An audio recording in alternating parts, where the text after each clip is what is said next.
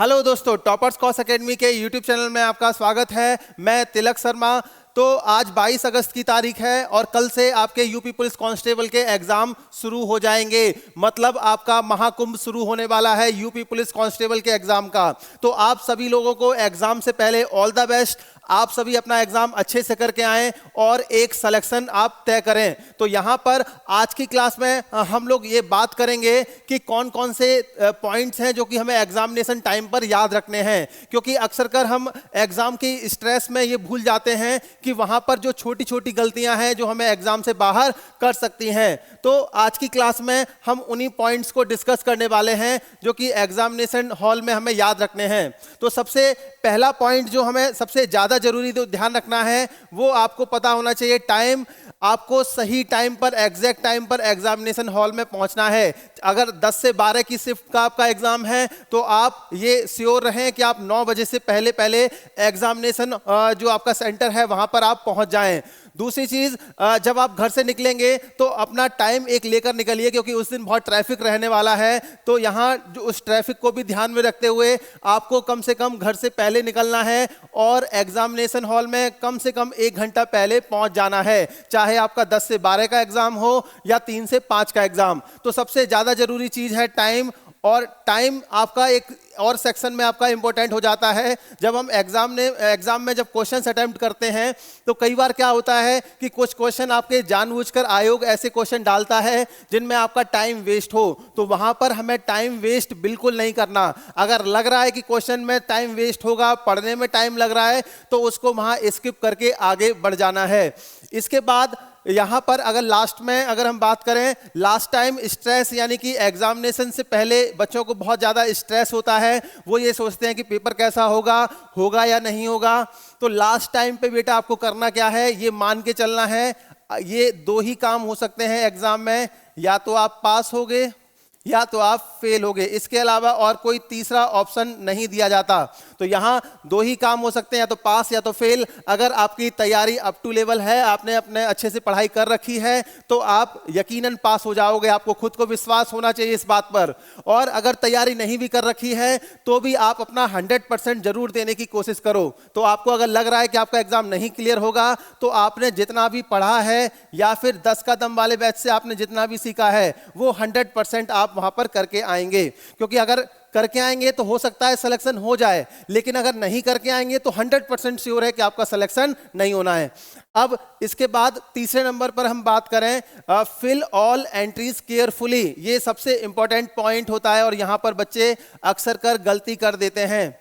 तो यहां जब भी आप एग्जामिनेशन हॉल में जाएंगे तो वहां पर एक आपको OMR सीट मिलती है और एक आपको क्वेश्चन पेपर मिलता है। क्वेश्चन पेपर मिलेगा और एक OMR सीट। उस पर जितनी भी एंट्रीज होंगी, खासकर की OMR सीट के अंदर जितनी भी एंट्रीज होती हैं उसको आप बहुत ही केयरफुली फिल करिए।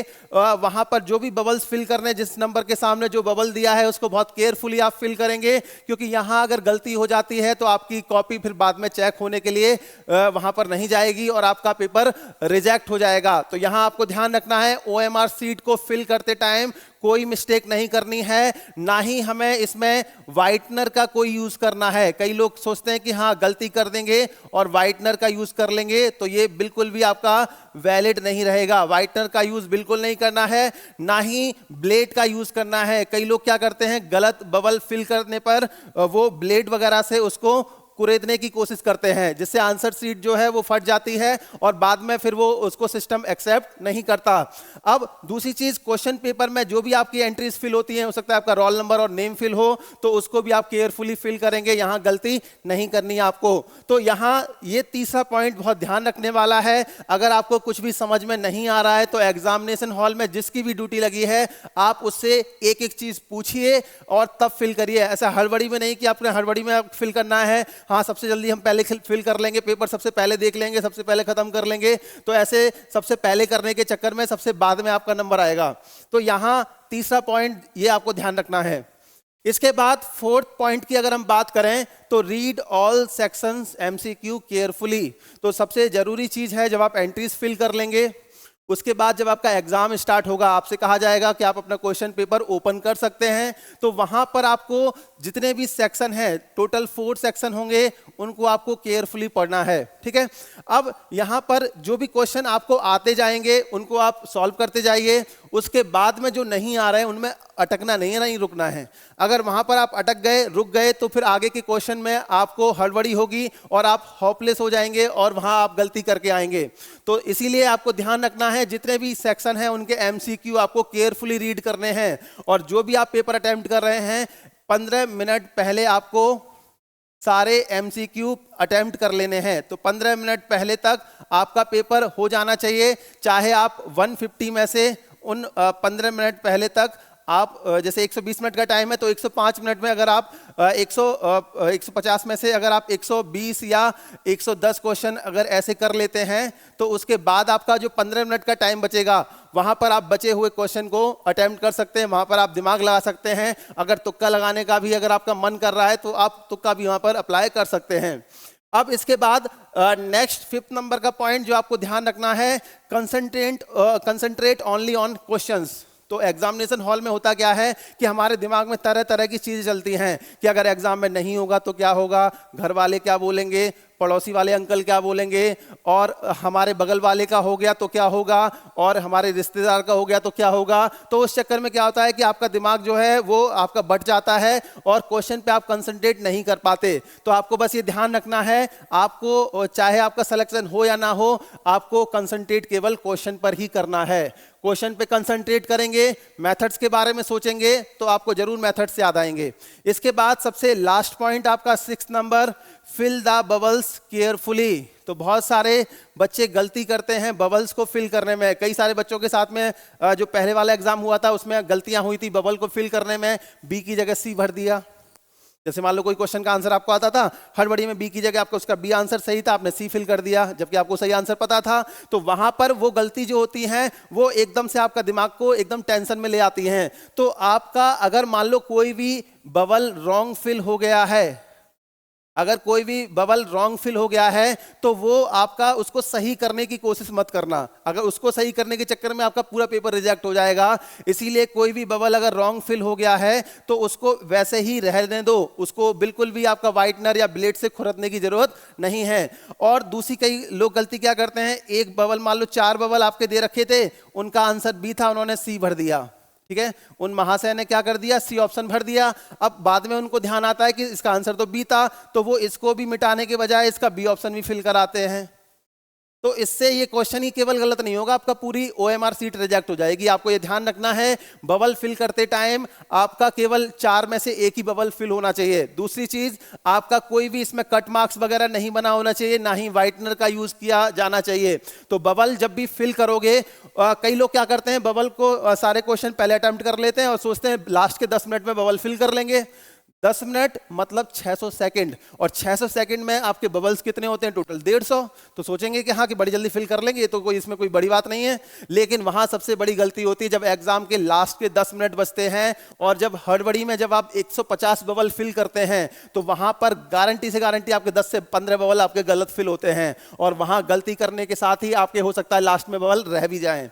तो बबल को फिल कैसे किया जाए एग्जाम में आपका, क्योंकि ऑफलाइन एग्जाम ऑफलाइन मोड में है, तो बबल फिल तो करने पड़ेंगे। तो कैसे बबल फिल करें सर? तो सबसे बढ़िया तरीका होता है बबल फिल करने का, अगर आपने पहला क्वेश्चन पढ़ा, ठीक है, उसका आंसर आ रहा था मान लो बी ऑप्शन, तो यहां पर आपके 4 ऑप्शन थे, तो आपने तुरंत की तुरंत बी ऑप्शन फिल कर दिया। बात के लिए कुछ भी नहीं रखना है, जो भी आंसर आए तुरंत फिल करते जाओ। जैसे दूसरे का आंसर आया, इसका आंसर आया मान लो आपका डी ऑप्शन, ठीक है, तो यहां पर आपके 4 बबल दे रखे थे इस तरीके से, तो यहां आपने डी ऑप्शन ऐसे करके फिल कर दिया। ठीक है, तो यहां जो भी आपका आंसर आ रहा है उस बबल को साथ के साथ फिल करो।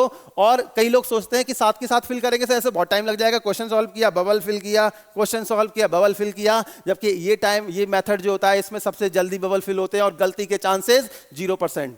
तो यहां पर आपको ध्यान रखना है, जो भी क्वेश्चन सॉल्व करेंगे उसका बबल तुरंत की तुरंत वहीं उसी समय फिल करेंगे। बाद के लिए कुछ भी नहीं छोड़ना है। कई लोग करते हैं कि सर 10 क्वेश्चन कर लेंगे फिर एक साथ बबल भर लेंगे। जब 10 क्वेश्चन के एक साथ बबल भरोगे तो वहां पर किसी एक ना एक बबल में तो गलती कर ही दोगे कि हाँ दूसरे का बी था, तीसरे का सी, तो दूसरे में सी भर दोगे और पहले में तीसरे में बी भर दोगे। तो वहां वो गलती करने से आपको बिल्कुल बचना है, बबल्स को बहुत ही केयरफुली भरना है। तो ये सारे पॉइंट्स आपको ध्यान रखने हैं एग्जामिनेशन टाइम पर, और इनको अगर आप ध्यान रखते हैं और आपने अगर अच्छी मेहनत की हुई है तो 100% आपका सिलेक्शन हो जाएगा। और टॉपर्स कॉस एकेडमी की तरफ से भी आपको बहुत बहुत शुभकामनाएं हैं।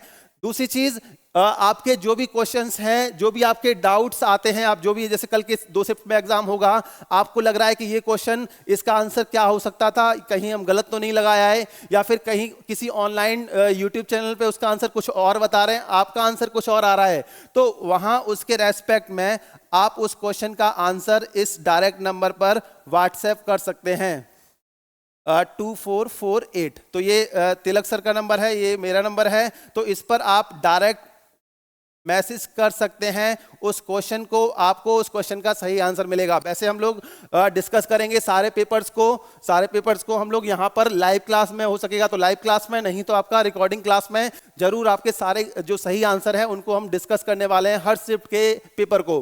तो चलिए आज के इस वीडियो में इतना ही, मिलते हैं इसके अगले वीडियो में। Thank you so much.